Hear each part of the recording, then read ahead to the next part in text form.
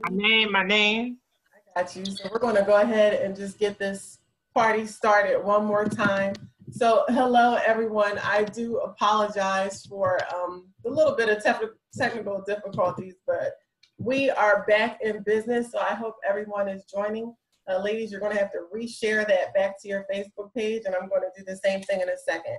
So hello, I'm Malika Foster. We are here for the Ladies Roundtable of Real Talk Chronicles. I have an absolutely beautiful panel with me. I'm going to let them go ahead and introduce themselves. But I have family up in the top left corner, Adrienne Corder. We have Gai, who's one of our travel industry experts. We have Ruthie, who loves to travel. And we also have Diane. So ladies, if you can just go ahead and take a minute and introduce yourselves. Just let everyone know who you are, what you do, and whatever else you want to tell the crowd. Let's go ahead and get this started. You want to start with me again? You want to start? Gai. Okay. Yep. Hi, everybody. My name is Gai Spann. I'm a travel industry expert. I owned a travel agency for 14 years, independent. And then after that, I moved from the consumer side to the business side, and been on the business side working with suppliers, hotels, airlines, tour operators for the last 3 years. So I can kind of speak to both sides of the business, and I'm currently in Atlanta. Perfect. Thank you so much. Like I was saying a few minutes ago, I've never heard of that term, travel industry expert. So thank you for that explanation. In 14 years, that's a long time. That's it's changed so much. Travel has changed so much. So absolutely. Yes. Thank you. Thank you for joining. Mm-hmm. We are going to go over to Ruthie in the bottom right corner. Hi, how are you, everybody? One of the reasons that Malika invited me to this is she knows, and anybody who knows me on social media knows that I'm always traveling somewhere every other month or as much as I can. So this virus has obviously put a dent in my travel. I actually came back just in time on March 11th from Dubai, and when I came back, everything hit the fan. And so now I'm on complete lockdown, not only in New York, but not being able to travel. So I had several trips that were already in motion. I was supposed to be in Martha's Vineyard in July. I was supposed to be in Japan in August for the Olympics. And so obviously for me, and we'll probably talk about this more, I'm not going anywhere. I'm not going anywhere. So, you know, this virus, the one of the many joys I've had, but one of the many hobbies I have. And so obviously for me, and we'll probably talk about this more. Bill, if that's you again, cut it out. All right, go ahead. Sorry about that, Ruthie. So that's why I think this topic is good. And plus reading all of the stuff I'm reading on social media about people who are still like unsure about whether you should travel or how to travel, which travel is safer. And looking for your experts on the panel to give us some information, because I have some questions too. What kind of travel moving forward? But yeah, travel is my life. Love to travel. Work hard, play hard. Exactly. Thank you, Ruthie. And we're definitely going to dive deeper into all that. So we're going to next go to Diane up in the top right corner. Okay. Hello, everyone. My name is Diana Hayes. I'm a travel agency owner. My company name is Diva Getaways and Entertainment. And I've been in the business having my own travel agency for 19 years. I'm a full-time travel agent. I do have a couple of agents that, you know, basically work under me. And I love to travel. And I specialize in group travel. I do all travel, but I specialize in groups. So normally what I do is I plan the groups throughout the whole year, and I travel with my groups. The ones I plan, I travel with them. But I also organize groups for others that, you know, they might want to celebrate their birthday or anniversary or honeymoons and stuff like that. That's what I specialize, but I also do individual travel as well. Very nice. And I live in Atlanta. I'm from New York, but I'm in Atlanta. So Another transplant. You left us here in New York. How dare you? But Diane, I had to get, nice to meet you. get away from the cold. I can't take the cold. I don't blame you. I like Atlanta. I haven't been Yes. many years, but I've been there several times and I had a good time. And we are t-shirt twins today because I'm going to show mine. We're both wearing our Jamaica t-shirts. So I got this, I think it was last year in Jamaica. So great minds think alike. This is my second home away from home. Yes, This is my home away from home. It would be nice to be there right now, for sure. Nice. Well, welcome, Diana. Thank you. And last but not least, Adrienne Corder. Hello, greetings everyone out there and ladies of the panel. Thanks so much for the invite. I am just a world traveler, that's all. Like, I would love to be here. This is my favorite backdrop.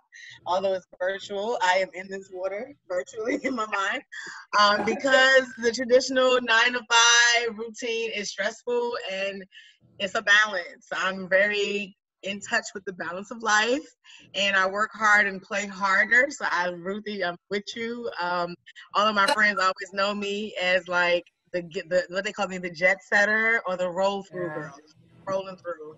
I got bit by the travel bug early at a young age, just with the Caribbean. But then I went to Africa, Ghana. I traced my roots back genetically to Kumasi, Ghana. And once I got an opportunity to go, I took it and I ran with it. I went by myself the first time. Since then, I've been there about 11 times. The last time I went, which was for the New Year's, of course, the year of the return. The year of return was this year. And Afrocello was lit. I saw the pictures. And I was able to, I was able to take 50 people to Ghana as part of kind of like my whole come back home thing, because I've gone so many times. I wanted to show it off. And that's kind of how you feel like when you travel by yourself. You really want to share and just show other people, your friends and your family, your loved ones, like, you too can have this great backdrop right there and be like, I love it. I definitely want to talk some more about that, because travel is something that a lot of people, but especially ladies, are hesitant about doing. So I want to touch on that in a little bit. So thank you. Friend is also family, so we're cousins by way of Bill. Yeah. It's good to see family. And I had to cancel. Ruthie and Diana had to explain how they canceled. I've had 4 international trips canceled. Malta. I was supposed to go back to Ghana. I was supposed to go be actually talking at a conference. And I turned 40 in like 15 days, no, like 3 weeks. And I started a whole phenomenon of 40 for 40 in Bali. Okay, all right, so I'm gonna put you on timeout because I'm gonna put you on time. Oh no, because we definitely have got to hear that story you were telling Bill. I'll sit. Girl. Yeah, I want everybody to hear that, but not just yet. So thank you. First thing I want to do is just, for the last couple of months, we've all been in lockdown mode, right? So I guess since early March, we've been stuck in the house, and unfortunately, a lot of people have fallen ill and also passed away. So I know that from when we've been getting call after call, or Facebook has seemed to turn into an obituary. So I just want to know, have any of you been affected in any way by COVID-19? Family members, yourself, friends? I'll start with you, Gai, Ruthie, Diane, and then back to Adrienne. Like you just said, I moved I moved from New York, and New York was hardest hit in our country. And so, I know, can't even tell you how many people, my friends, people watching right now that are my Facebook friends, have lost parents and grandparents and uncles and aunties and siblings. I mean, it's been terrible. I have a friend of mine who, was in a coma, but woke up and and was released. And actually, it's been 1 month today that he's been out. I have another one still in the hospital. One of my sorority sisters, her husband just passed. I mean, it's just been on and on. So it's affected me personally a lot. Absolutely. Yeah, I'm sorry to hear about that as well. It's hard to deal with. It really is. Ruth, how about you? I work for those who don't know, I work for FDNY, the Fire Department of New York City, and I'm a civilian employee. And we have lost 12, we call them family members because we at FDNY consider ourselves a family. But we've had a few hundred, if not 1,000 people between the uniform officers and the civilians who have come down with COVID-19. So, my work family has definitely been affected by this highly. And it was such a shortage at one time of EMTs because the fire department includes paramedics and EMT that we had to reach out to other cities to bring in people to help us on the paramedic EMT side. Like everyone else, hearing people in our circle of friends, you know that, Malika, who have lost parents and brothers and sisters and aunts, you know, people who were here today, literally, and they were gone the next day. And so that it just in that circle, and it feels like that circle gets tighter and tighter, that it's getting closer and closer to me. And that's kind of stuff that kind of messes with your head after a while. Like, so that's been my experience. It does. It messes with you big time, Ruthie. It's almost like we're afraid some days to pop online or, you know, pick up the phone because you don't want to get any more bad news. But these times truly make us cherish every single moment even more. So how about you, Diane? A pattern, meaning they're old folks, they're younger folks, there's people who we were talking to, and 2-3 days later they were gone, and that just really just messes with my head for real. Exactly. Thank you, Ruthie. Diane, how about you? Yeah, I lost quite a few people, mostly friends, a few co-workers. For those who don't know, I'm a retired NYPD officer in New York City, and I lost a few co-workers that I used to work with and a whole lot of friends. A lot of my friends lost their family members, and it was devastating. It's really hard. I can't even, over 20 people at least that, you know, it hit hard, it hit really hard. Some of my girlfriends' husbands passed away. You know, they here one day, the next day they're gone. And it was, you know, I was getting calls left and right. All the people that I know that lost people that I know of was from New York. Every single one of them was from New York, you know, so it was hard. It's still, you know, I'm still going through the mourning and just, you know, sometimes like I listen to these DJs and that's helping me get through it, believe it or not. I like music, so I'm constantly just getting that lift me up by listening to the DJs, and you know, I gotta give a shout out to them because they helping me get through it a lot. Yeah. Absolutely. I couldn't agree with you more, girl. I'm standing here and have a full dance party in this kitchen. You know, it happens. All with Bill or just by myself. But anything we can do just to keep ourselves uplifted during this time, we have to do it. Definitely do it. Thank you. All right, cousin. And just to piggyback off of what you said, for those of us who use travel to balance the hardships of life, are stuck. As you feel like it's suffocating, right? Because normally it's like all hell breaks out for a couple months and you go release. You know what I mean? Then you come back charged up for another couple months of, you know, then you go release. So it's like we have developed this comfortable ride of balancing life with travel and, you know, experiences that kind of make it okay to deal with life. So now that we have to rely on IG DJs to save, not only literally the DJ has to saving our lives because we don't have anything else exactly. to do, okay? Exactly. Yeah, it's been tough. The closest person For me, I'm based out of DC, so we are behind pretty much everybody. We're smaller too, and then we have Maryland and Virginia. So I'm in the medical field, so I do a lot of like kind of coordinating of a lot of the care, and it's difficult just hearing, even on the workflow, like the practitioners just talk about how many patients they're getting death sentences, like death notices about, and how many updates of the charts that we have to just sign out as deceased. And like these people know these patients. We see these patients regularly. We've been taking care of these patients.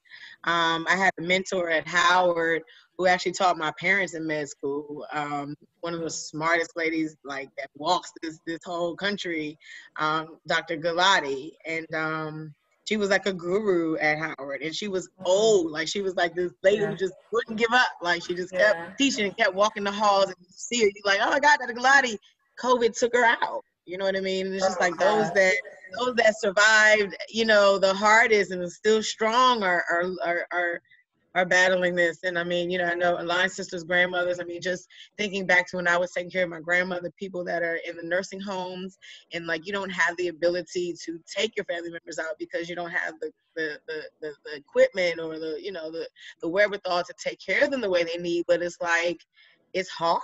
You know what I mean? When you hear about grandmothers in the nursing home, they rushed to the hospital, and like you have no idea, then you couldn't see them because they were supposedly protecting them.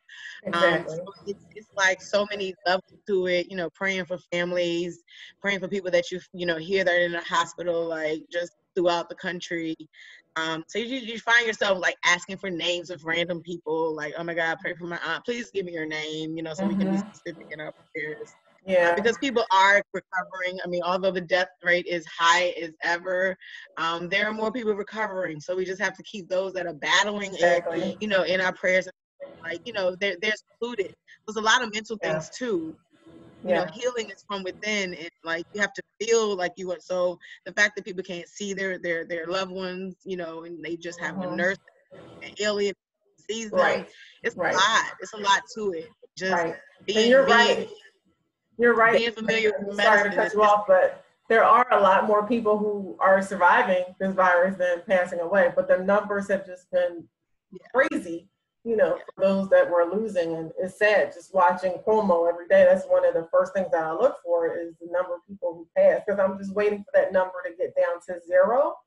And I'm just holding on for hope every single day. It's going the other way. Exactly. It's going the other way. I just want to also just kind of put a spill in here. This is the time that we have to be proactive about our health, our family's health. If you have elderly in your family, if you have aunties or older people who need help with telemedicine or being on the phone or representing themselves on a different platform, like this is the time we have to like own our own health, and build up our immune system, because we're really going to have to take care of stuff. That's why I have a nice tall glass of orange juice here. And no, there's nothing in it. It's just straight orange juice. So vitamin C is important. Vitamin C, echinacea, zinc, all the natural remedies. Like nothing is you can't be too powerful in terms of your immune system. Trust me, I got the vitamin C. So I keep it close so I don't forget to take it. Yeah, so this is the opportunity for us to do better with our health, in which we haven't as a people. We don't do it as a people. So hopefully that will, be a absolutely. So let's talk about travel, because we're ready. We got our Jamaica t-shirts on. We got our little tropical drinks. What you got over there, Adrienne? Yes, you got a Bailey, the White Russian. All right, and I see you're on the beach. So I am on the beach. Gai has the mat behind her, and Ruthie is sipping with her pinky up in the air. So we are ready to go. So travel, when I think about travel, and a friend of mine, we were talking the other day, like, we may get an RV. I think we mentioned that to you earlier, Adrienne, like, take a car, take a bus, or take an RV, forget the airplane. I'm going to get me an RV and get on the road. I just may do that one day. But there's other types of travel. So taking a cruise, taking air. One thing I want to talk about are flights. I don't know. I don't think you ladies have any kind of issues with this, but me, I'm just a big germaphobe, and even before the pandemic, being on the airplane, I'm like, oof, don't sit too close, don't want to touch anything, and let's make it a quick flight. Like the thought of taking an 8, 9, 10-hour flight for me is just not appealing at all. What comfort level right now with traveling? Like if you had to, let's say, travel for work or, you know, do something that was part of your job, if you had to get on a plane today, would you be ready to go? Yeah, I've been on a plane. I've gone to a couple cities recently. So there, yeah, I mean, we're gonna get back to you, Adrienne, because I know you've been bad. So Ruthie, tell me, if you had to go now, Ruthie, would you go? Non-essential travel, I will not be doing. I have basically said to myself that 2020 for flying anywhere that's non-emergency is a wrap. Right. One of the things, when you just talked about driving to a vacation, but even with driving to a vacation, I'm looking at that and I'm asking myself, and maybe travel experts can answer this, like, I don't know if I want to stay in a hotel. I don't know who's been sleeping in that bed. I don't know if those, you know what I mean? Not just a regular changing of the sheets and the bedding, but it's a room that hundreds of people have been in, and now my head is messing with me because I'm thinking, you know, the only safe place I feel for me to sleep is in my house. Home, right, exactly. That's.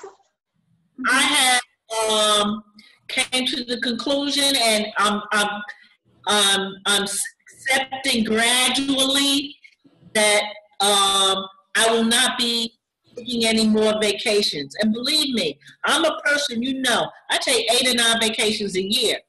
Friends are always like teasing me, like, where you at now? Where you at now? Why you? I live vicariously. Well, guess what? You know, I know.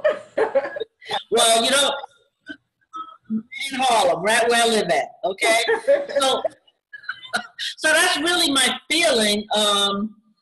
That I'm just not comfortable with being the guinea pig to step out there first and try to travel. I mean, Ruthie, I kind of wanted to help you with that. Go ahead. Coming from an industry background, one of the things I wanted to say, and then I definitely want to hear what everybody has to say about it, is I wanted to talk about some of the things that are coming from the industry, because it's going to be a huge challenge, because what the industry is going to have to do is win back customer confidence. You know, people are going to have to feel comfortable traveling again and feeling that they're safe. So let me just tell you a few things that are happening. And that's actually one of the questions that just came in, is when do you think it's safe to travel abroad? Or for me, just travel anywhere. Anywhere, yeah. With the airlines, one thing that you're going to see is the plastic, what do you call them, dividers at the ticket counters, so that you're not going to, there's not going to be any, you know, there's going to be protection, I should say, when you're at the counter. You're going to see that almost everywhere. You're going to see temperature checks. So if you remember, those security lines were long. It's going to be a little longer because there's going to be temperature checks. Some airlines, I've heard, even like Emirates, I think it's Emirates, they were doing blood tests, pricking your finger to see if you had antibodies. You will see everyone in masks, gloves.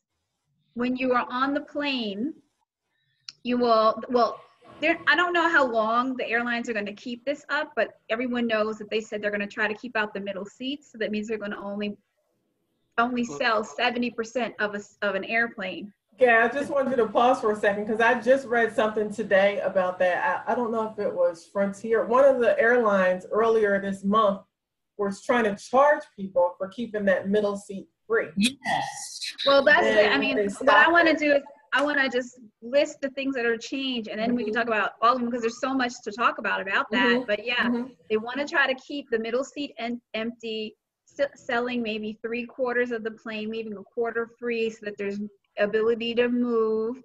They're not going to serve food. A lot of times you might get on the plane with a sanitized baggie with some snacks. Right. But you're not going to have like food service on the plane.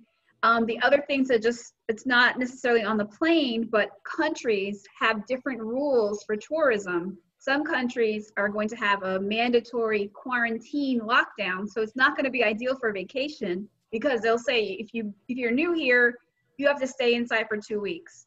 That's not for tourism. You know, that's not a vacation. You're going to be there a long time. That's going to change, I'm sure.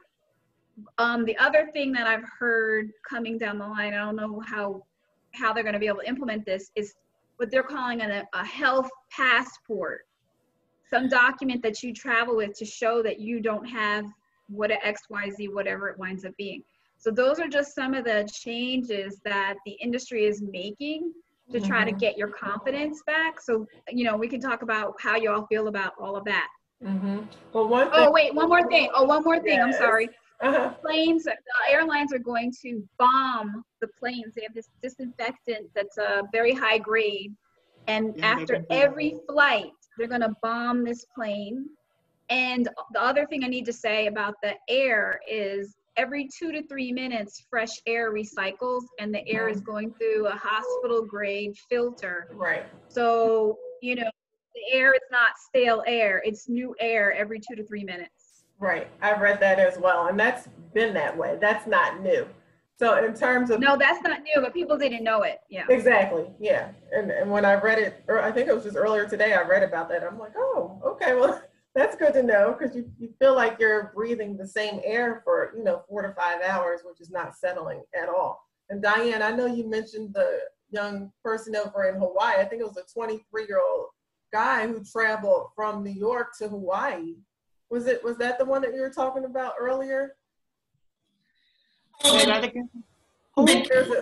read an article today about a 23-year-old who traveled from New York to Hawaii, and he was supposed to, like you said, Gai, quarantine for 14 days. He got there and just went buck wild, this beach, that beach, posting pictures online. He got arrested. Yeah, sure enough, Yeah. They arrested him.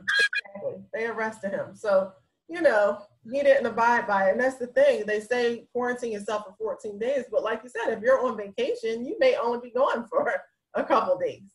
So he should have kept his behind back here in New York. I heard today another option that they was going to look into implementing is before you even get on the plane, they would test the passengers before they get on the plane. This way, when they do arrive to wherever island or whatever they go, they already know that they were tested. They don't have to do the 14-day quarantine.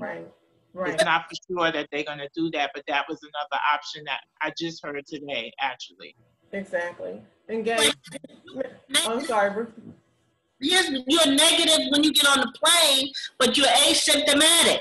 So yeah, you're negative. Of course you're negative now, but 3 days later you're not negative. Exactly. So some of these ideas that the travel industry is talking about, I'm not sure how they're going to literally be able to prevent the spread. And my question to you in the travel agency field, I have 2 questions. This whole thing about now that airlines are going to be only 60 or 70% capacity, does that mean that now my ticket is going to be more money because I have to make up for, the fact that they don't have enough capacity? Yeah. And also the number of countries or places or islands or even United States like Hawaii who are not accepting people in. Right. So let's start with the money, because I have that on my list as well.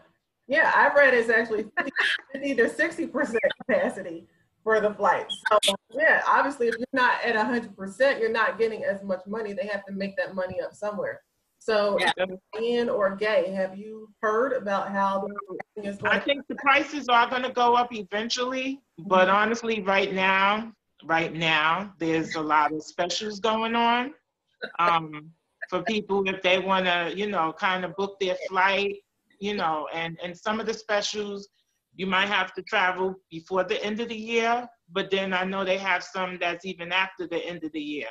And then, of course, we're going to talk about insurance and stuff like that, but some of the suppliers out there are giving leeway or options if you have to cancel. Yes, I was gonna say that, right. So I just booked a flight, and it gives you that option. It says if you need to make a change, they're not gonna charge you.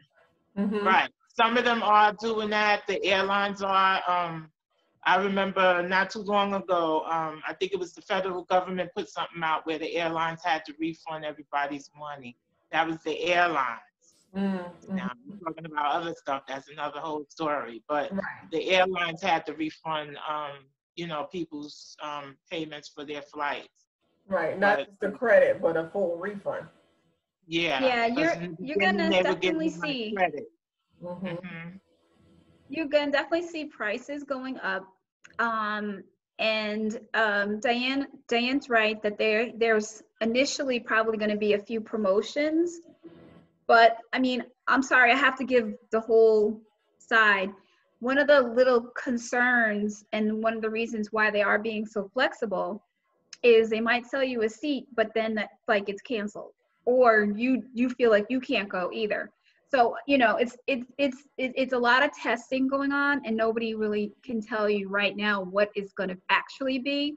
These are just ideas and things that they're trying to put in place to be able to open the industry back up again right now.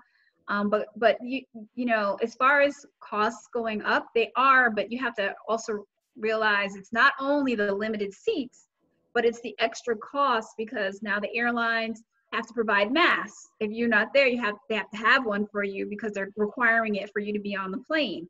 And all this sterilization stuff, that's a cost. There's these machines they have to buy. They have to buy enough machines and enough actual solution to bomb every flight. When you land, you get off, they get on, they clean it and bomb it. Like, that's an expense. So it's definitely going to be more money. Absolutely. Question, like when they pass on these expenses to the students, remember the gas shortage, and they started charging us for luggage, and they said it was temporary. That was now we're folding up every little thing in a book bag just to escape paying for a satchel. Like. Now gas is $2 a gallon. It's $2.40. So they are saving money on one end. Right. Saving that money, that can take care of the bombing and stuff as far as I'm concerned.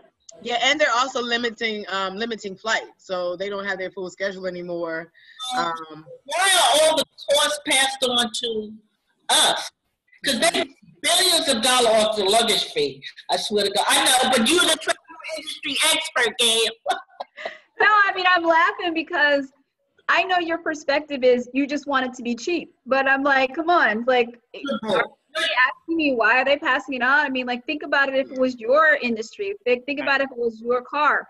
If you have to pay more for gas, you have to charge more because it's about, But when gas is service, but also making money. You still have to make money. But other industries are giving breaks. Like my insurance company, I've never heard from them in my life other than to renew. They have given me not only a discount, a decrease in my payment. I'm like, what? My car. Well, I mean, but they don't have a hard cost. They don't have a hard cost. The airline has to actually put money out, buy gas. They have to actually buy this solution. They have to buy these machines. They have to pay their salary. Like, there's an actual hard cost to travel. So you've got to be realistic. And the sad part for me is that the cost of travel went down a lot. And it created this market where new people to travel really started traveling all the time. Airfares were so cheap that you could fly every quarter, every month. And it brought a lot of new people to the industry. Now it's going to go back and be a little bit more, what's the word? I don't know, exclusive, because it's not going to be cheap now. Your tickets are going to be, over $500 when you're used to paying $299. So that's the sad part for me, on one hand. But on the other hand, I'm looking on the bright side. Two things I want to say about the bright side. One, it's an opportunity for our travel professionals. Diane, on my screen, Diane is below me. That's why I'm pointing down. Oh, she's in my top right.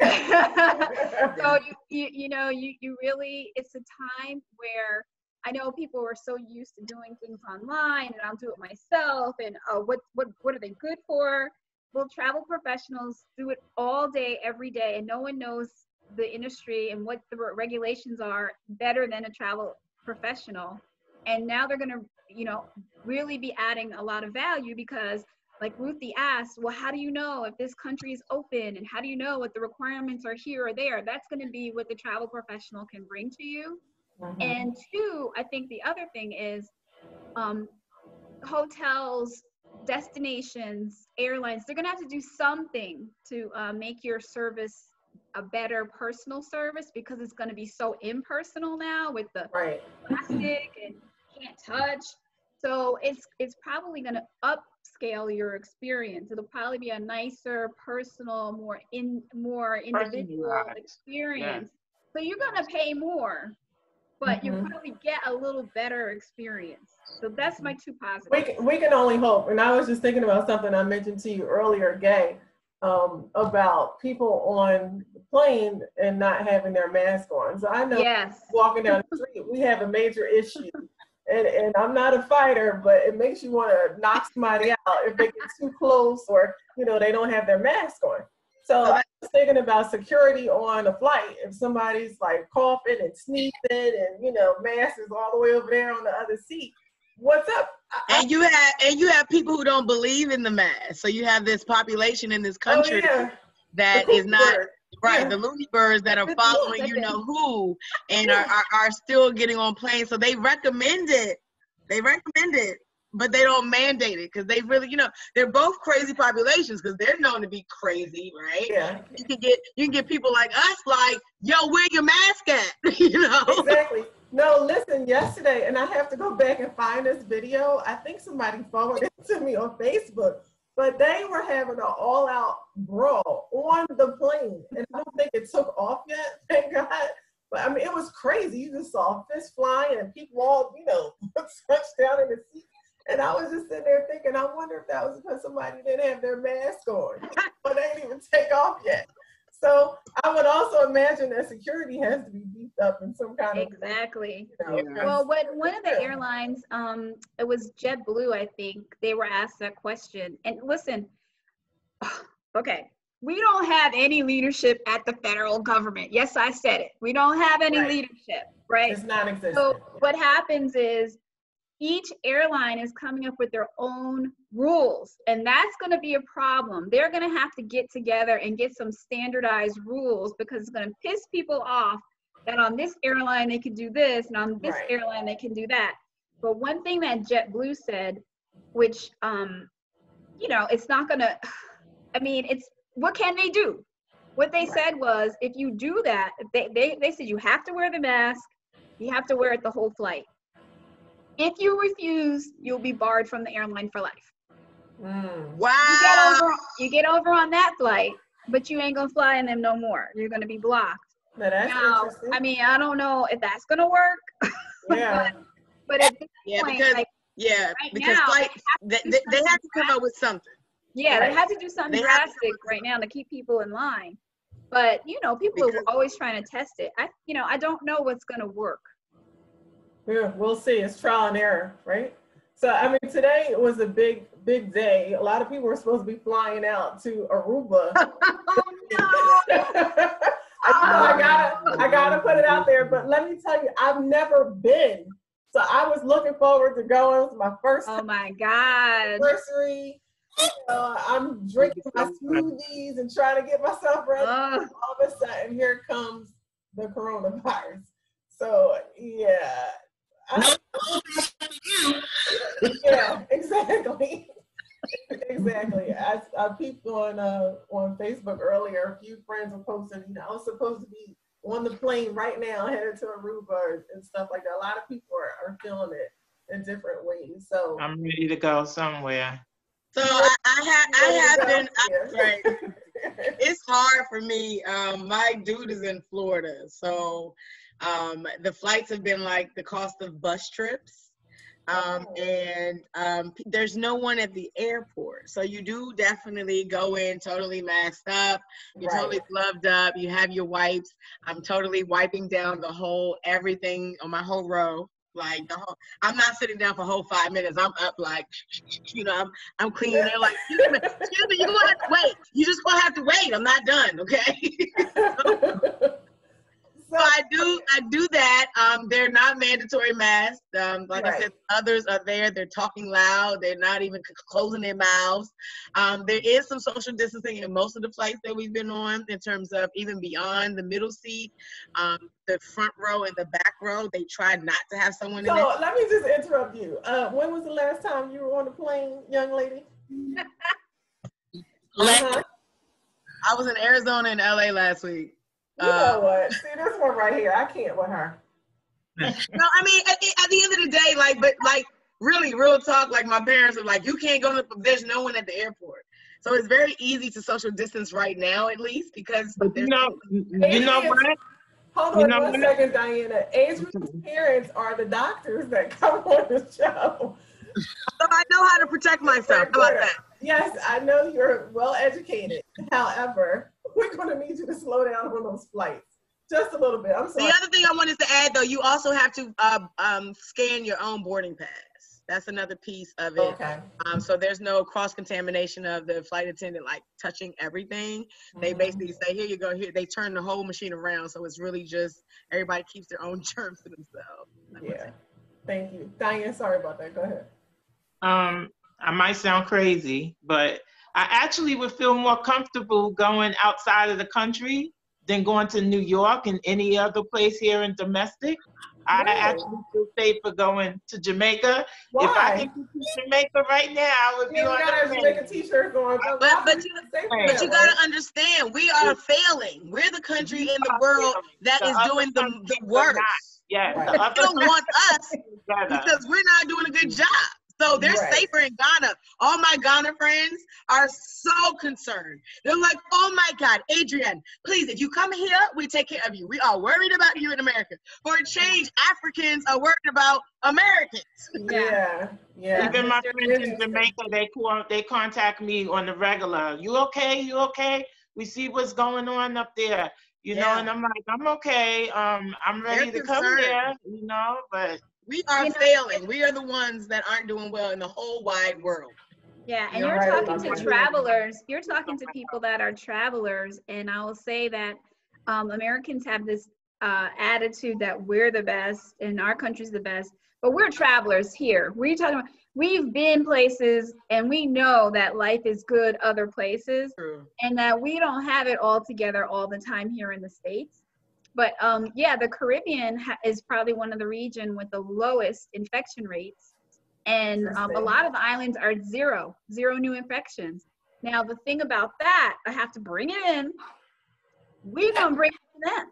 So they have to be a little bit more careful about letting us in. And that's one of the reasons why you see these delays in countries opening. Like I just got an email. Diana might have seen the same one. Turks and Caicos was going to open June 1st. Now they close it indefinitely. That's right. St. Lucia is supposed to open up, I think, mid-June, but they've got a lot of restrictions. So I don't know if that's going to work for people like tourism right away. Yeah. International is not we always feel like there's a problem there. No, we're the problem. We're the problem. Right. We are the ones that no one wants. They're like this. Americans, oh no. You're right. And then they're really gonna put a hold on people coming from the hot spots, which is New York. Exactly. You're gonna see that too. A hot spot. So they're looking at, oh no. Even Florida, they're like, no, we don't want no New York people down here. You know? Yeah. Which leaves us to just the RVs. I guess we just gotta get an RV. Yeah, y'all gonna laugh at me when you see me driving my RV, but trust me. Come pick us up. Come pick us up. Exactly. What's up, Ricky? You know, listening to you all, listening to the bravery of Adriana and the Adrienne. I'm sorry, Adrienne. Listening to the bravery of Adrienne and the Gail giving me the common sense and Diana keeping it real. my question to you guys and even to the audience is that everything we do has a risk associated with it, okay? So I guess my question is, how much risk are you willing to take on that percentage of risk just to take a trip, as opposed to, I said I think I'm done for 2020, but I want to take the risk to go to the grocery store because for me, you gotta eat. You gotta eat. Yeah. So what risks are people willing to take? Because the fact that people are booking cruises for the summer, I'm like, what? Yeah, no, I wouldn't do a cruise at all. I think the cruises have been exemplary. No, not just cruises, booking stuff. You go and see your dude. You go and see what is. Oh, Ruthie. No, it's a good point, and everyone's. Of course, I get it. For those that know, I guess the whole wide world now. But I'm not pointing you out, Adrienne. I'm asking everyone what are they willing to risk? You know, because there's the extremes that I'm not going nowhere, and the other extremes that they're going somewhere, and the people who are going to drive maybe. What are people willing, or what are you willing to risk? Okay, let me help you with it. Everybody's individual choice, because I think which end of the spectrum I fall on. I'm at that extreme. I told you I live vicariously through us. It's because if you travel like we do, obviously the rest of us on this panel travel often. Yes, you see exactly. things a little different than people who don't travel often. I'm missing going to Aruba this week, but overall I'm good. I just put my teeth. Meanwhile, we're depressed. We're over here drinking and trying to figure out how we're going to get by. Meanwhile, I'm listening to D Nice in the kitchen. Yeah, it's not enough. It's not enough. Well, you know what? There's a marketing concept called the bell curve, right? Yeah. And there's the early adopters, then it levels out, and then it goes on the decline because everybody's using it, right? So this is what's going to happen. It's a time continuum. You're going to see the diehards get out there first. Oh, can't wait. And everyone's watching to see what happened. Yeah. And as it goes up and people are like, okay, more and more people are going to creep out there. So it's a bell curve. It's not an all or anything. And I'm going to be honest with you, Ruthie. Yes. I agree with you. 2020 is a wrap. I get it. I agree with you. I don't think you should be thinking about traveling and going places in 2020 right now, because like I said, everything, they're trying to figure it out. Right. And if anyone is in any kind of risk category, age, health, underlying conditions, it's not going to be a good gamble to go ahead and risk it for just a trip. Just sit down somewhere today, this year, go drive to somewhere, I don't know where, but yeah, give it a rest. Thanks, Gai. So for me, people like me, that's great. And I get it, but like when I realized that the risk of going to the grocery store was higher than the risk of actually getting on a plane. We need you, Adrienne, because you're the one that's going to get out there first and show everyone it's okay. We need you. Stay home. We need you. Every day. So 2020 is a wash. Okay, so 2020 is a complete wash. For Ruthie. It's not a wash for me. It's not a wash for me, I hope. For Ruthie, it's a wash, but there's some people like you, Adrienne, and others that are going to go out. You're right. This was like. I have a lot of comments coming in, and there's one of our friends said, I think she said October. She's not going to book anything before October. So what's going to happen is there's going to be a wave. So this wave is going to be over, and then there's going to be kind of like a 60-day, maybe hopefully 2 months, where between now and the flu season. So flu season is around October. So around October is when the weather changes and this whole respiratory syndrome starts back up. So I'm thinking October will be that window, because the summer's a wrap. Okay, summer's a wrap. A couple of trips planned. So Diana, I'm with you. Because I'm excited. Right. Remember, ladies. What'd you say, Diana? I went to the doctor to do the antibody test, and this is what they said to me. They said, even if you don't test positive for the antibodies now, there's only two things that can happen, or a couple of things that can happen. If you're negative now, the herd mentality is everybody to get through this has to either get it and survive, get it and no symptoms, or get it and not make it. That's what I'm already. Those other two that are not, amenable. Mm-hmm. One thing I want to mention, my girlfriend Gary, she said, going to Arizona, do you keep your mask on the whole time? You're breathing in the same air the whole ride. So I know, Gai, you mentioned is it 2 to 3? You're not. That's a misconception. Yeah, and that's been going on even before the pandemic. So what's your friend's name, Malika? Gary, my girlfriend Gary. Mm-hmm. Gary, Yeah. that's a misconception. The airplanes have a little, it's right underneath the wing. It's a little area where fresh air comes in that airplane, and it circulates through the cabin every 2 to 3 minutes. So it's not closed. It's not the same air. It's fresh, new air every 2 to 3 minutes. In fact, if you think about it, your house doesn't get new air every 2 to 3 minutes. The supermarket doesn't get new air pumped in every 2 to 3 minutes. So think about it. Great news, Gai. Look, that's great news, Gai. Yeah, Gary's like, yay. Because I know she's out in Arizona. Her sister is out there. So do you keep the mask on the whole flight, right? Yes. So that answers the other part of her question. Absolutely. Yes. And if you go to the bathroom, wear gloves. I mean, that's the only time you really should wear gloves, because I saw some of the others, right, had gloves on and was on their laptop with their gloves.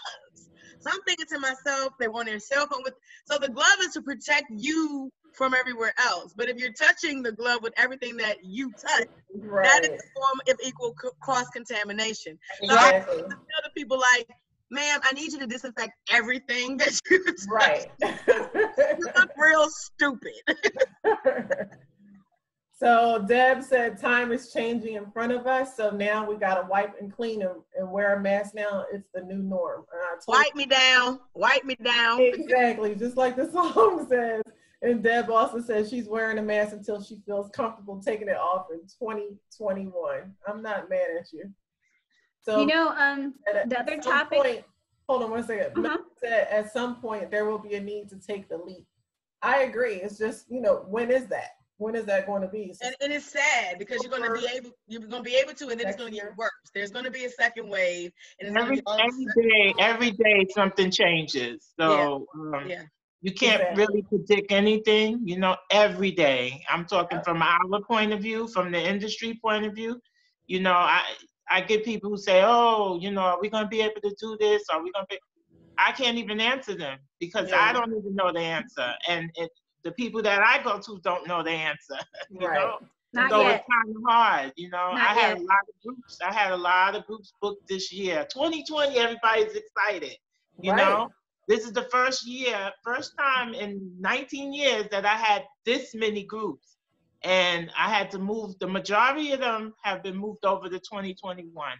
I have like 3 trips on the book still, that's still here for 2020.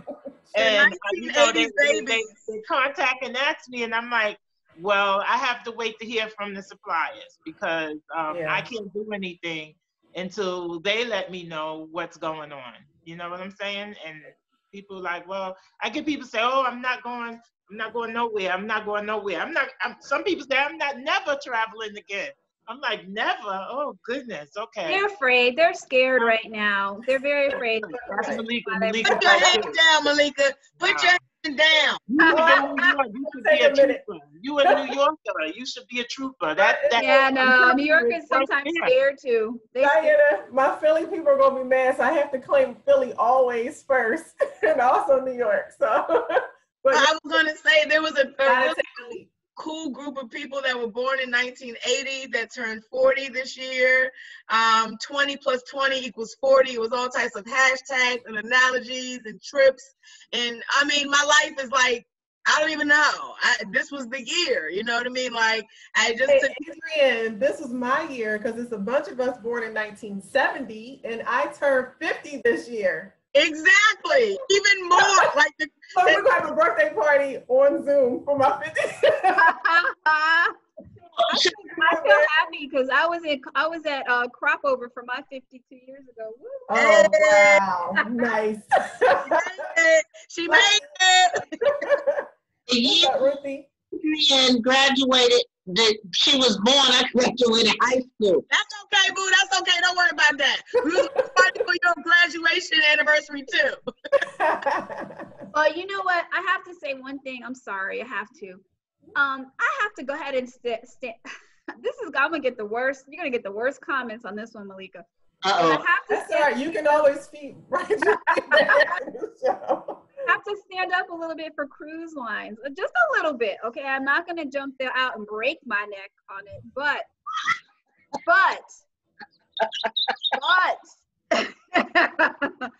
the cruise lines. Now, what I will say is, you again, you got to be, work with your travel professional, because they will know. One thing travel professionals do, they go on these business trips called fam trips, and everybody's always jealous when we're posting from somewhere, but they don't realize it's work, it's not vacation. Right. And when the travel agents go on these trips, they are there to inspect, they are there to experience, and they are there to learn, so they can come back and tell you, oh, this is good, this is not good. This is why working with a travel professional is better than you asking your girlfriends, well, where should I go or what should I do? Because they only saw what they saw. Right. The agent will go and see everything. Like when Diane or myself in the past have gone to Jamaica, you go once a year, you went to one hotel. We go several times a year. We've seen all the hotels. So we can tell you this one is better for you than that. That's what's going to happen with these cruises. They already started. There's going to be some companies that are going to put a lot of stuff in place. They're going to implement it, and it's actually going to be a good idea. Some maybe not as good as others. So I'm just going to say, I can't say that you got to give up cruising, but I will say that you need to be a little bit more, do a little bit more research and speak to professionals, not your friends, to see who's doing a good job, and then you may be able to cruise. I'm not anti-cruising. I'm not a cruise person. That was the 90s. But I don't like cruising. The fact that now it's more susceptible to issues. I'm good on it. Matter of fact, Malika, you need to do a show at invite Crazy Adrienne back. I do group travel and I do solo travel. Meaning, because what you just said, Gai, about going out off, and like, even though I may go and stay at a resort, I'm out somewhere like with the locals. Absolutely. Yeah, that's me. Yeah, that's true. Started inviting us to try out things now, to try to make it comfortable for, the consumer or whatever. They started reaching out to the travel agents. A lot of webinars online now, a lot of Zoom for us. I mean, so many that I can't keep up with them, but they're trying to introduce us, and they're working on inviting us down to these different destinations.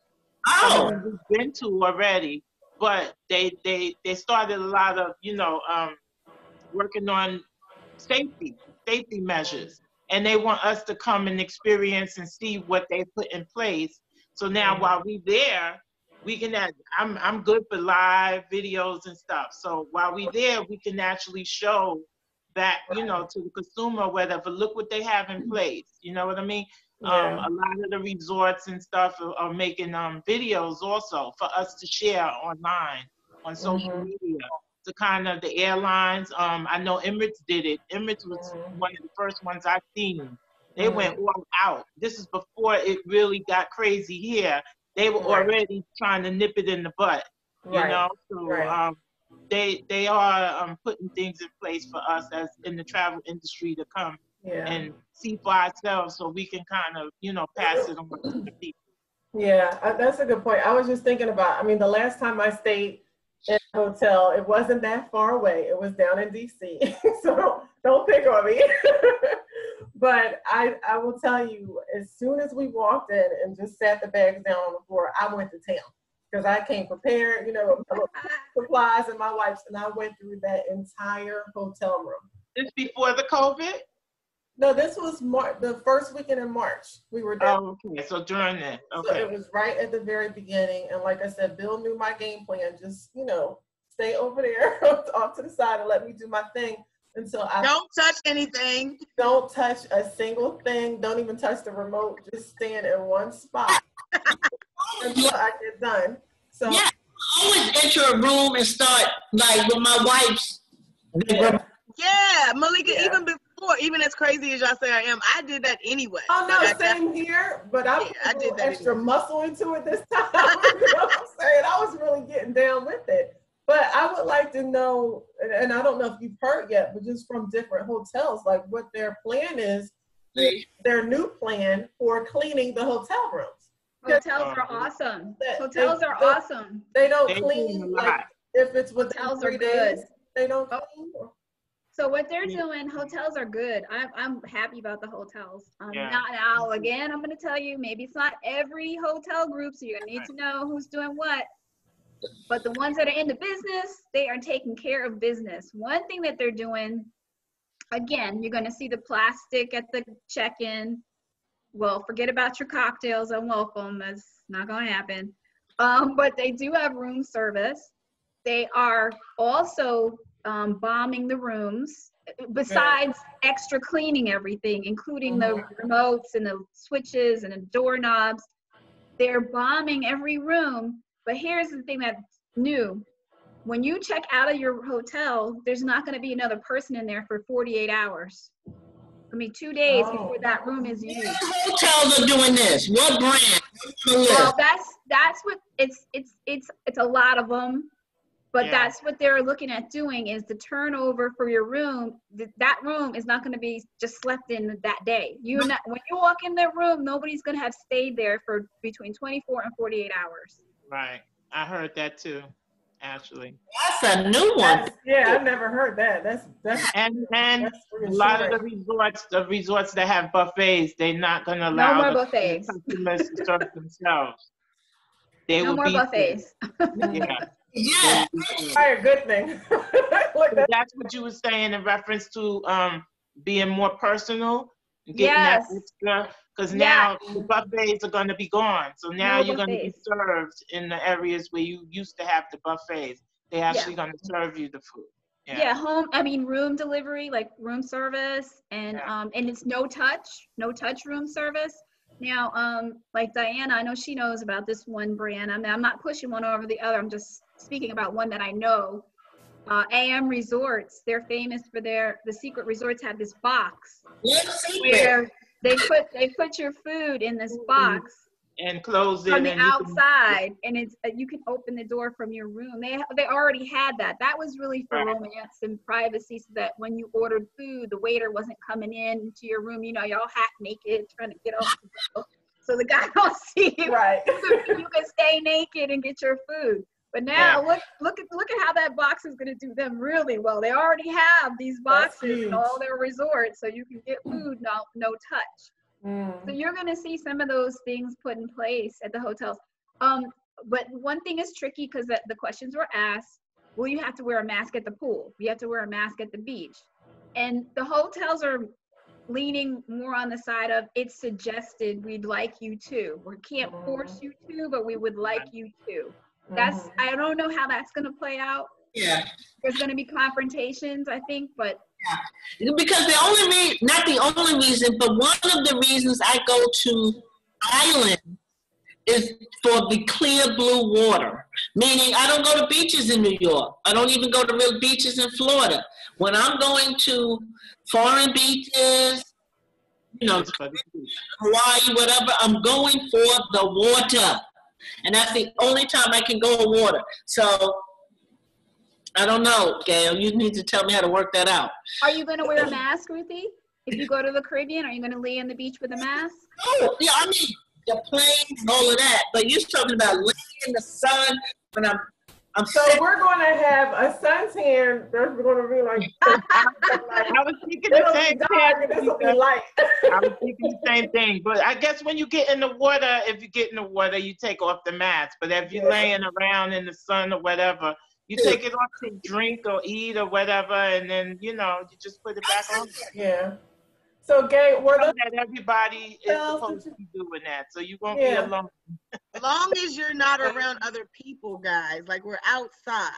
Yeah, so don't get up on me. Don't get unless you're like, I don't know. Unless you're in the main walkway of the beach where everybody's like, hey girl. Like, I don't know. Like you find yourself a secluded spot on the beach. Right. You know what I mean? I think you can social distance. You can social distance when you're at the resort. And you don't have to wear a mask. Why would you want to suffocate yourself in a mask? Girl, bye.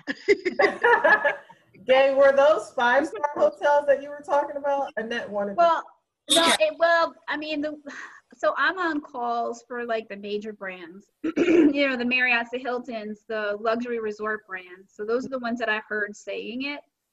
But I really think that that turnover time is going to be an industry standard. Mm-hmm. I want to. Yeah, because I've seen it on brands myself. I don't know if you can see this, but I saw this on Instagram. The big towel. Isn't that hilarious? Like that's when the big don't come around me. That's the size towel I'm gonna need. Like don't if that foot on my towel is like 20 feet. You got all the rest of the other beach. Look, you got the rest of the beach to walk. Leave my football field alone. Yeah, that's the way it's gonna be. And Diana, right? I got all these industry questions. No, I'm just right. Go ahead. Get it in, Ruthie. Because I'm the traveler. Like, listen, I got all these miles and points, right? You think they're gonna and I use them usually to upgrade. Now sometimes I purchase tickets with them, but I use them for upgrades for the most part. So you think it's going to cost me more miles and points to do my upgrades now? It's more money value. They're trying to get the dollar. They don't care about your points. Oh, it may and it may not. It depends. Each airline is going to do things differently. What you had said earlier, Gai, was how the airlines need to work together. I just want to go back for a second. That's the same thing that happened with all the states not working together. Every state doing their own thing. And that's the thing. Everybody should be as one, basically, with working together. Because if you have one airline doing one thing and another airline doing something else, it's not going to work out. You're going to see they're going to get on one page. They're going to have to get on one page. It's going to cause trouble. Well, with your miles, Ruthie, now I didn't hear any talk about this, so this is just me. What's going to be important is status. If you're a certain status, that means you're a loyal flyer. So you have your status levels, you're going to start to see greater amenities. If you're a Delta Gold or a Delta Silver or whatever. But these little miles that you get, it's not. They're going to make it harder, I think. I got status only because I travel too much. Hey, Ruthie, I'm a great roommate. I'm a great roommate, okay? I'm a great roommate, Ruthie. So y'all gonna have to connect after. And not only that, now I know, when you try to take advantage of unfortunate situations, Delta Gold is giving extra points for shopping at the grocery store. Yes. Oh. Really she's getting her points. For real. So I just wanted to read this comment from Annette. She said, people have to remember no matter what a resort or restaurant imposes as policy for pandemic protection, it's only as good as the employees. That's true. The employees have to abide by it. It has to be good customer service. She also said mass at the beach equals mass in the ocean. Whoa. No, she's talking about pollution and people dropping it and it blowing. Yeah, exactly. I mean, there's so many repercussions to what's happening. But she's right. I hear it is. And then this other, Natalie says, she'll have a fence around her on the beach. So you're gonna have your portable tent and your portable fence. Exactly. And then Natalie also said all airlines are independent. They will have to work together in order not to go bankrupt. So I definitely agree with that. Going bankrupt. They don't make so much money off of us. They ain't going bankrupt. They got a bailout. They ain't going. I mean, they're losing tons. Ruthie said they got a luggage bailout. They've been making for years. I just want to ask just one question, and then I want to wrap it up. I'm really enjoying this. But okay. I know that you were in Dubai. Yes. And I just want to talk about that because, you know, everyone has been saying originally that it came straight here from China. Cuomo has been telling us over the last couple of weeks, no, it came from Europe. You know, straight here to New York because I think it was like 3 million people who traveled to the city just in a short time frame in a couple of months. What was it feel like, not in terms of hot or cold, but what was the energy like coming back to the city in March? And when exactly was that? On March 5th, I left for Dubai. When I left New York City on March, they were still talking about China. Dubai had already blocked ships from docking because at the time, was it Iran? Yeah, Iran had a high rate of COVID. So they had took some measures because a lot of people, they didn't want any people coming there from there. On March 5th, I went to Dubai for 6 days and had the most fantastic time. Ruthie, you are risky, okay? Because March 5th, we were told by that time what was you are risky. You may not think you are, but you are. I was supposed to go to Dubai with my group March 23rd. I had 43 people to go. This was my 6th group I was taking to Dubai. I'm devastated. And by March 5th, you knew that you weren't going. Ruthie is a real risk taker. No, let me tell you what Ruthie did, and then I'm going to let you finish, Ruthie. Ruthie put a post up on Facebook, you know, traveling from New York to Dubai, and no negative comments. You know, I saw that. I wish I was with you, Ruthie. I wish I was with you. I looked at the CDC website, and Dubai did only had like 100 cases or 200 cases, and they were a lot of immigrant population from India, and they had already closed down their ports. 6 days later, and I had a fabulous time. 6 days later, I turned on the news before I left on CNN, and they said that the National Guard in Rochester, New York, breaking up, New Rochelle. And I was like, what the hell happened in 6 days? I got on March 12th. The airport in Dubai is taking our temperature. The flight is packed. Going, the flight was empty. And it was a whole new world. My job told me not to bring my ass to work. I don't blame them. No, ma'am. No, ma'am. Stay home. And that was on Thursday the 12th. And by Friday the 13th, they said everybody's working from home. Yeah. So you've been on vacation. You've been on an extended Dubai vacation for months. You made it just in time. Yes, just in time. Honestly, Ruthie got it out right before everything got crazy because because I had a vacation planned for Thailand and Vietnam, and I was supposed to leave March 20th. And around March 10th, I thought I was still going. And then I remembered by the end of that week, it was like, oh, hell no. No, I'm not. Like, nobody's going nowhere. Yeah, I was due to leave for Malta, Italy, which is an island. And Italy was getting attacked. And I kept telling my friends, no. We're not mainland. We're an island closer to Africa. And by March 5th, I knew, like, that's what I said. Ruthie, you slid out. Adrienne was good. Believe me, I'm a researcher. I looked at all the sites, CDC, who had what, and Dubai was good. Look, me too. Malta had no case. They had like 10 cases. Dubai was good. Yeah, I was monitoring it for a long time. Yeah. And I kept monitoring it, and I was like, Lord, please. Because first, think about it. We had the not war, but when they attacked Iran or whatever, remember the bombing? Mhm. And then we made it through that, and then I was like, no, you kidding me. You kidding me? We got the virus? Oh, my goodness. Well, you know what? The thing is about that time, though, is the testing wasn't up. They didn't test everybody. They were only testing people with symptoms. They didn't talk about asymptomatics. So it really wasn't safe.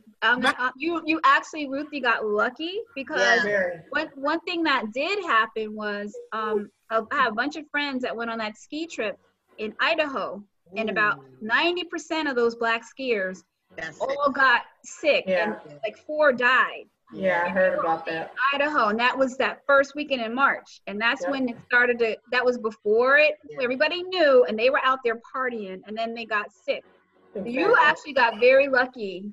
Yeah. Yes, the first weekend in March. It was bad then. It was an issue then. All of March. People didn't know. People didn't know, so that's how you got out. But it was bad then, and you got lucky. Bad here. That's what you're saying. It wasn't bad in Dubai. It wasn't bad there. It was bad here. No, what I'm saying is it was bad in the world. Because Europe had it. Italy had it. China had it. It was out there at that time. Mm-hmm. Let me just say, that was the first time I flew Emirates, and I loved. Beautiful. That's probably why you didn't get sick. Exactly. Good. Exactly. Good. They got the bag to handle it. Emirates is good. That's why you didn't get sick.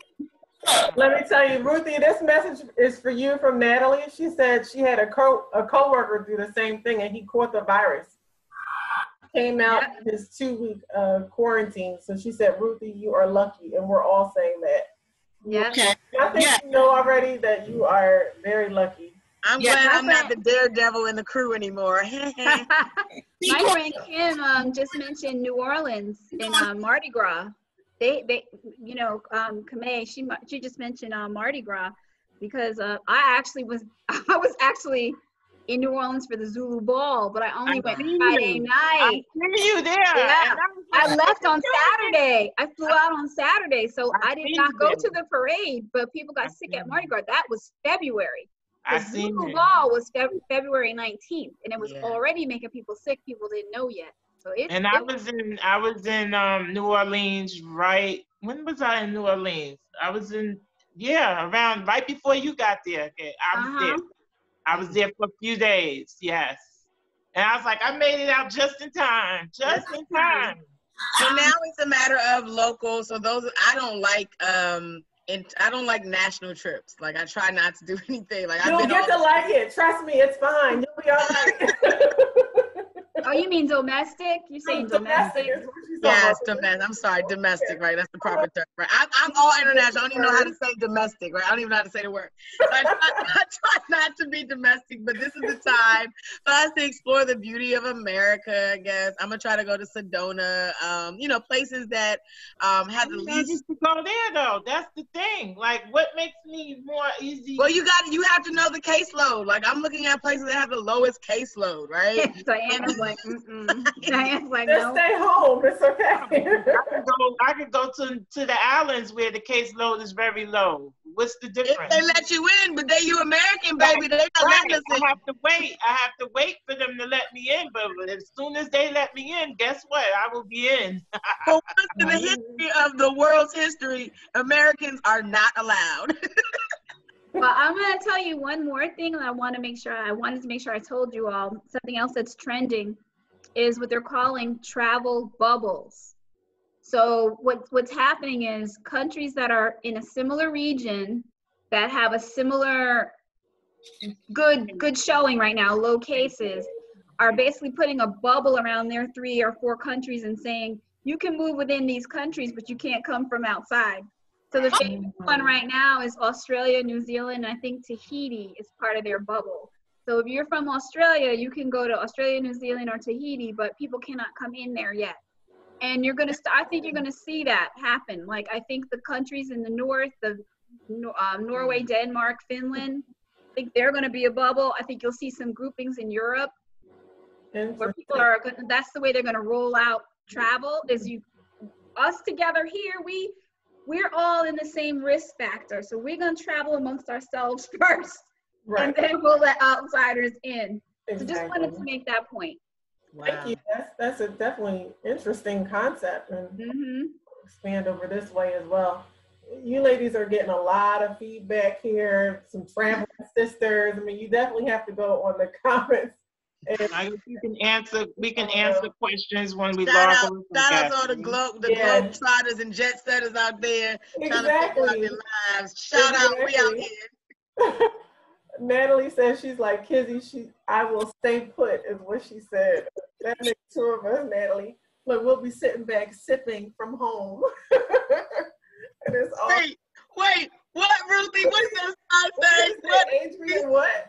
Adrienne, what? Put it up. Further up.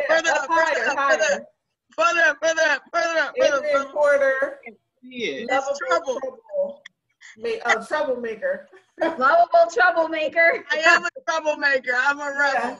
Adrienne, listen, keep your behind home. I'm saying that for your cousin over here, because you know he's saying the same thing. This is why I stay muted.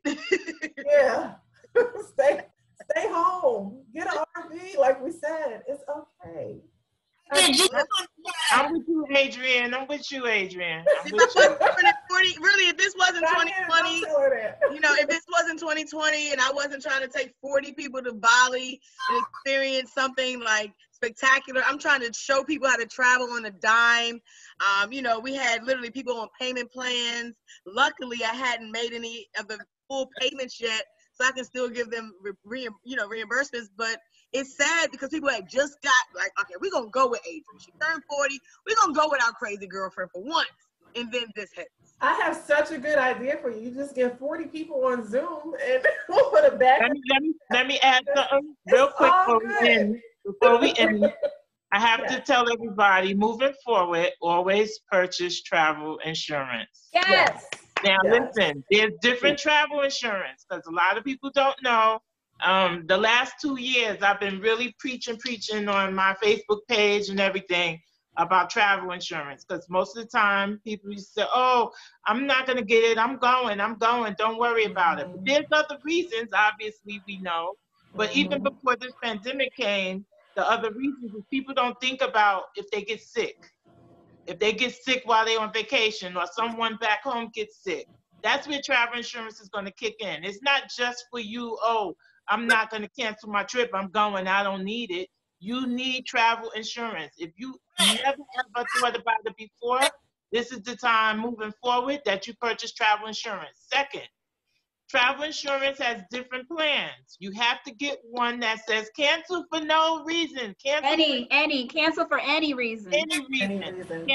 any reason. Because in this situation that we are all in, the whole world, people who book travel that didn't get travel insurance cancel for any reason.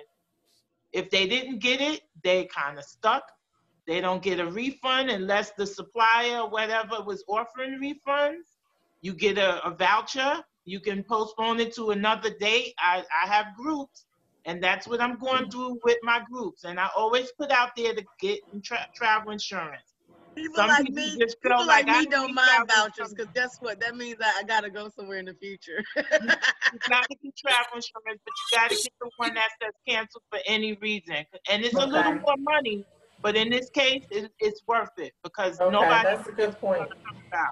You know what I'm saying? And it's nothing that we can do as a travel agent to say, hey, here's your money back. If we're not getting it back, how are we going to give it back to you? Right. Ruthie, what you got to say? Ruthie.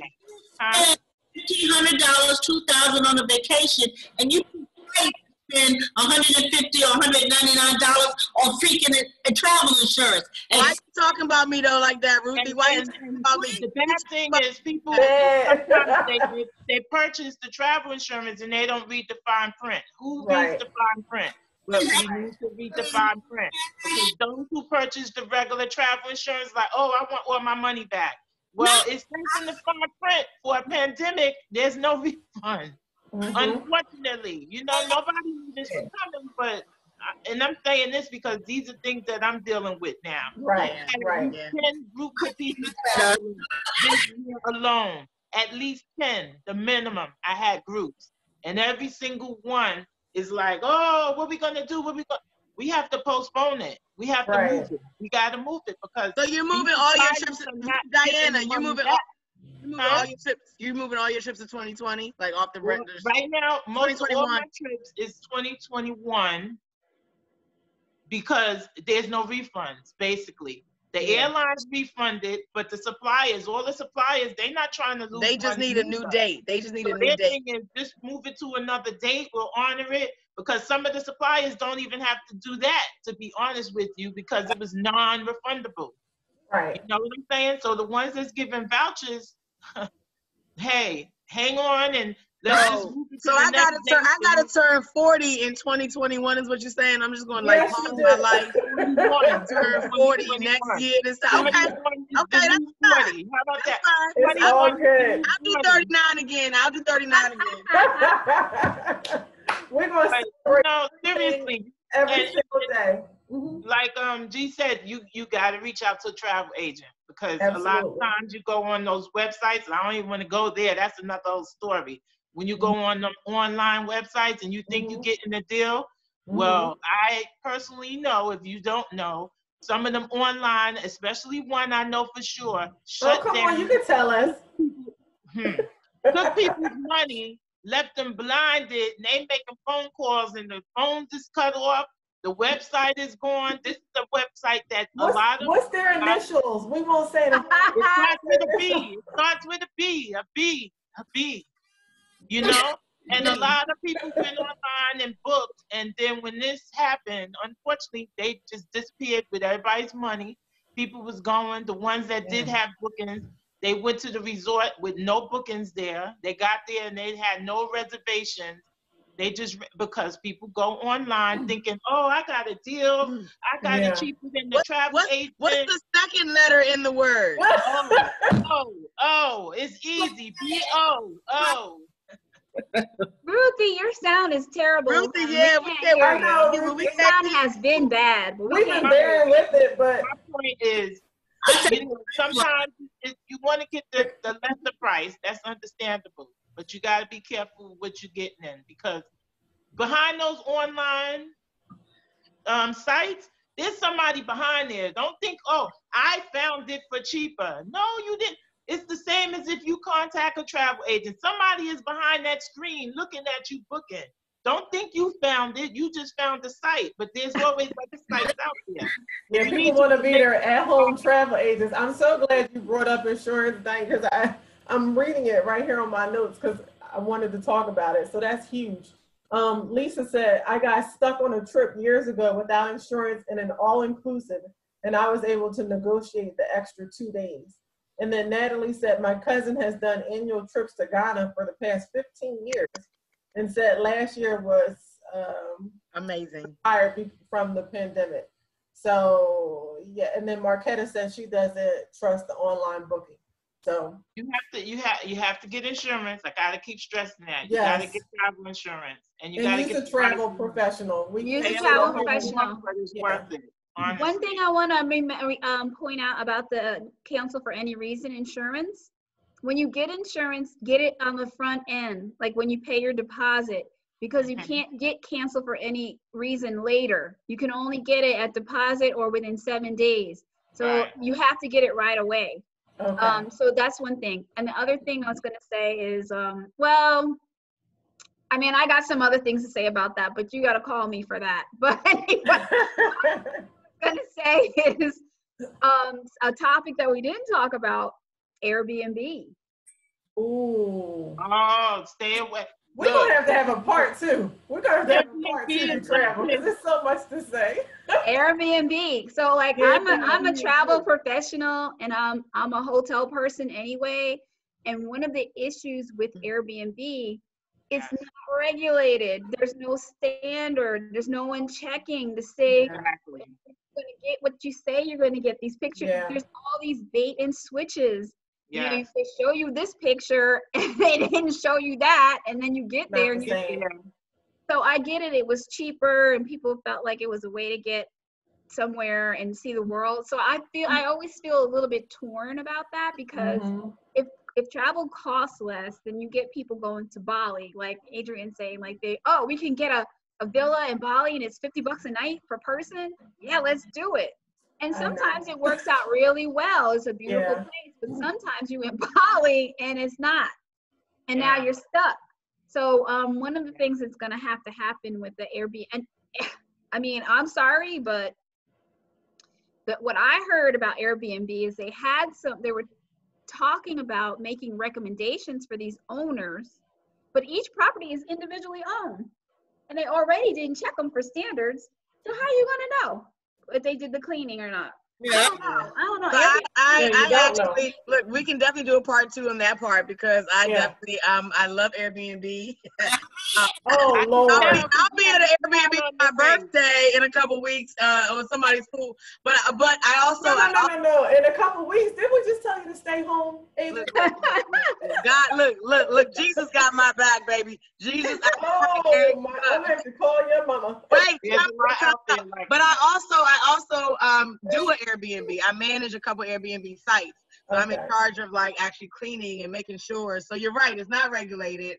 I mean, you know, and as I plan to go to one, my plan is to do the whole disinfecting thing. You know what I mean? Like coming in with a spray, a can of Lysol, do your own cleaning, just like you would do at a hotel. But we can do a part 2 from my Airbnb on my birthday. We're gonna do a part 2 from my RV. We can do a part 2 from our desired ways, right? Exactly. Ladies, so funny. I just looked at the time. I can't believe it's 8:45. We've been rolling today. I have thoroughly. We didn't even get through the questions. I pretty much did. I don't want to show my scribble scrabble on my paper, but we covered it. Look, put that to the side. We did. But we definitely have to have a part 2. We do. We need a part 2. There's so much more. Because things would change. You know what I mean? So as things change, we would need to know how to move. Yeah. Well, I wanna make sure, and Diane, you should do the same thing. I want to give everyone my phone number and email address. So just hold that thought. One thing I will tell you, Adrienne, this is a message for you from Natalie. She said, Jesus has your back, but you better have your front. So, I do, with my mask, my gloves, my wipes. I got it. So we got an eye on you, Adrienne. I'm gonna have to pull your Facebook page up every week and see where the heck is she now. Just be safe in it. But I will. The comments that have been coming in, I mean, they've been rolling the whole time. So ladies, I do ask you to pop back in and respond, give some more tips if you like, but people are in it. I mean, a lot of people are affected by it. Like we said, this was the week for Aruba. It was supposed to be my first time going. We'll have to put that off till next year, but it's all good. It's all about being safe, being informed. I know, Ruthie. I know. We can't hear you, Ruthie. Yeah. We don't want to hear. She gonna get on my case. Ruthie been going off down there. She been going off. We can't hear you. Exactly. Yes, Ruthie. Oh, you can't hear me? Right now we can. Oh, okay. I just said so fast. That's all I said. So listen, ladies, I just want to do a wrap up. Just take like 2 minutes to close out whatever your thoughts are on safety tips, what you think the future holds. Just, give our audience a little bit of final words. So Diana, we'll start with you, then we'll go to Ruthie, Adrienne, and then we'll close out with Gai. Diana? Okay, what the future holds. Well, we know we're gonna have to make changes. That's obvious. I would say everybody to stay safe. And this has nothing to do with travel, but, look out for the others. This is totally going left. Look out for the seniors. Look out for the people that's home that, you normally, or they may need some help. It's just a lot going on. Like I said in the beginning, I do lose a lot of friends and stuff. But y'all might think I'm crazy because I kept saying, I want to travel. Everybody call me Travel Diva because I travel. This is my livelihood. So please don't take offense by, you know, maybe me kept saying that I'm ready to go to Jamaica or anywhere, but this is what I do, and this is my business. This is my passion, So some things that, you know, you may not understand or agree with me. This is just me. Yes, safety is first, but I do miss traveling. Everybody who know me know that mostly, somebody said it earlier, where you at now? People call me, are you home? Are you home? Yes, I'm home. If you can catch me on the phone, I'm in the United States, basically. Right. But I'm more away than at home. But moving forward, yes, there's going to be change. Just be, you know, accepting and open to change, because it is here. There will be daily changes. So whatever it is today, just know that tomorrow might be something totally different. And I just ask that, you know, the consumers just be understanding. Understand, if you're dealing with a travel agent like myself, understand the situation, because this is what we're all going through something. You know, there's times when at night, I think I was telling somebody at night, sometimes I get anxiety attacks, because I know that, you know, all I want is to be able to be there for my clients and be there when they have questions and try to make sure they have a great time. So this time it's a lot on us as travel agents as well. Just like with the suppliers, you know, I can constantly call them, but I know they're going through what they're going through too. So I just tell everybody to just be understandable, stay safe, you know, and enjoy and just be safe. And Diana, thank you for that. You want to give out your information, the website, phone number, how people can contact you? Okay, so my company name, once again, is Diva Getaways and Entertainment. I have a website. I'm actually working on the website now that we got time, but I'm on Facebook. I have a group and a business page, Diva Getaways, where you can type in Divas and Dawn's Getaway, because the guys was like, what is this, a diva thing? So, and then I'm on Instagram, Diva Getaways. And then I have another group, just a quick, it's called Promoters United. And what I do is I network with other travel agents, DJs, the entertainment part of Diva Getaway. And we kind of network with others from the East, West, North, and South. We come together via travel. So it's Promoters United. We have a website and Facebook for that as well. Perfect. And feel free to drop all that in the comment section too, just to make sure people get it. You have one thing? I will. Thank you. Yeah, thank you so much, Diana. Diane, and my mom's name is Diane, so I'm reading Diana. It's fine. Thank you. I appreciate it. Ruthie. Yeah, thank you. Thank you, Malika, for inviting me and for taking up this cause. In closing, all I can say is a couple of things. Adrienne. I'm available whenever you need me, boo. So March 5th, I got a teaser. No, seriously. Listen, I agree with what she said, and what is part of the challenge of this whole pandemic is that I'm used to every other month getting up and saying, let me go release myself by going somewhere, by experiencing something other than what I experienced by working day after day. And so I miss that. So I have to take that energy and put it elsewhere. And so I am resolved that I am going to just relax for 2020. You know, what's interesting about not going on vacations is that my bank account is actually getting fuller. That's a good thing. That's true. This is true. Writing checks to American Express and Visa card. But to each his own as it relates to travel. Everybody has to do what's best for them. So I don't want to take any one side against the other. I do what's best for me, Ruthie with a Y, and everybody else decide what's best for them. I hope that Diane and Gai can arrange my annual birthday trip in January to the Caribbean. That is my target date. Every January, I am away for my birthday. And so, listen, that was my target date to get back on a plane, January 2021. Ghana's great in January, by the way. It's a great trip. Make it to Ghana. Okay, I've been to Ghana. I'll do Ghana another time. You're good. January is Caribbean time, okay? Yes, ma'am. Yes, ma'am. Thank you. Diana, Gail, Adrienne, it was a pleasure meeting you ladies. Same here. Thank you, Ruthie. Adrienne, you're up. Final words? I just, when it's on a medical piece, I just hope that this keeps people more forward in terms of proactively engaging in their health and focusing on building their health. If you are suffering from diabetes or battling with anything, I mean, our community sees so many things that this is the time to really get proactive, guys, because we have an invincible enemy, and we have to learn how to protect and take care of ourselves better on the professional tip.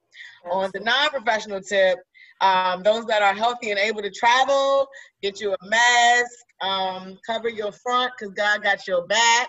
And those of us in 1990, 1970s, the 40s and the 50s, we will just do this again next year. It is what it is. Bali 40-40 will be in 2021. Exactly. But everybody stay safe, and this is the time to regroup, save money, whatever things that you haven't been doing before, like focus on you and your family, read a book, you know what I mean? Like do things that you haven't had time to do in the past. Nature is out there. You go on runs, like work on your fitness, get your game up. Like this is the time that we have to reset, and it hasn't been for over 100 years for America. So, although it's time of death and it's a lot of sad news, I implore everybody to really focus on a positive piece to this, wherever you can find that. Absolutely. Thank you so much. Nice to meet everybody.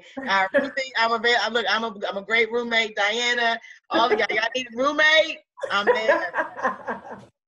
No roommates. It's like no roommates.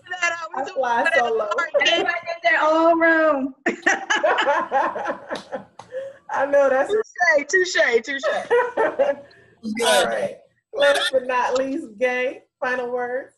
Yeah. So, when you asked us to come up with our final words, I'm sitting here thinking like, what's the point that I want to get across? One thing that I've been thinking about personally is, I started my business in 2004. And I wanted to create something where there was nothing, because back then people of color were not traveling like they are now. There was no social media. There was no images of Black people here and Black people there. And I brought groups all over the world. And a lot of people that might be listening or whatever know that they travel with me their first time out the country. And I was able to make it a comfortable and fun and culturally relevant experience for them. And my travels led me all over the world. I could pick up the phone right now and call someone in China, in Japan, in Paris, in Iceland. I have friends, these people I've made and had long-term relationships with that, I can pick up the phone. I have people on these places. They're not just places for me. So my point is that I got a chance to travel. I got a chance to experience the world pre-COVID. I got a chance to connect with people one-on-one. And the world is such a beautiful place. To me, that's the tragedy of this, that if people feel like, I don't know, othering people, thinking like, oh, it's not going to be safe here. I really hate if that's what happens. So I really want to encourage people to, I get it, be safe, but keep your heart open. And what I would recommend is get your real bucket list down. I have one, right? I never really thought about a bucket list because I always have travel opportunities being in the industry. I'm like, yeah, I'll get there. I know I'll get there. But now I'm like, wait a minute. Let me write down where I definitely want to go and get to going to those places that I definitely want to go, because I feel like I wish I had experienced them before all of this. But once we can experience them again, I'm a damn do it. I'll tell you that right now. Right. But I also want to encourage people to try to upscale their experience as well. I get it, you know, it's expensive, but The experience is trying worth to it. upscale your experience. Think about, okay, you know, I want to have this trip, but I want to, you know, think about the experience, not just how cheap can I get there. I want to encourage people to try to upscale. Spend the money in certain places, right? Like upscale your hotel experience, upscale your activities when you get to the place. Eat good food while you're away. Don't do McDonald's. Oh no. Yeah. So just try to upscale your experience. And of course, use a travel professional. Exactly. So my company is Spanning the Globe Tours. And I do have a Facebook, STG Tours, Spanning the Globe Tours. I'm on Instagram and on Facebook.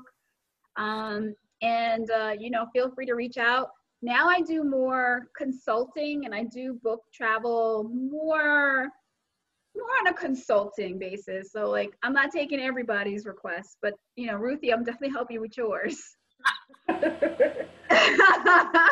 I'm happy to speak if you have groups, if you're not sure, if you have any questions about the industry, about safety, you know, contact me. I'm happy to speak. And I guess that's it. I think we're going to come back. It's going to be different. So just get used to the fact it's not going to be what it was. Don't start complaining, because it's no use. Right. It's different now. So you're going to have a mask. You're going to have to, you know, wipe stuff down. You're going to have to wait longer. Check-in times are going to be longer. No, you're not going to be able to check in early. When you arrive to your destination, check-in time used to be 3 o'clock. Okay, it might still be 3 o'clock, but there might be a delay. Be patient. Yeah. And that's what I can say. Right. That's great. Thank you. And both Ruthie and Diane, again, please put your information in the comments as well. I know you just said it, but I want to make sure that people do have your information. I cannot thank you ladies enough. I know I joke about staying home. I actually do love to travel. I just have been one of those workaholics, you know, for many years and haven't taken advantage of it. And now look. So my last trip that I took was almost exactly 2 years ago to the day in Cancun when your wedding. Right, your wedding. So we're coming up on that. What you say, Ruthie?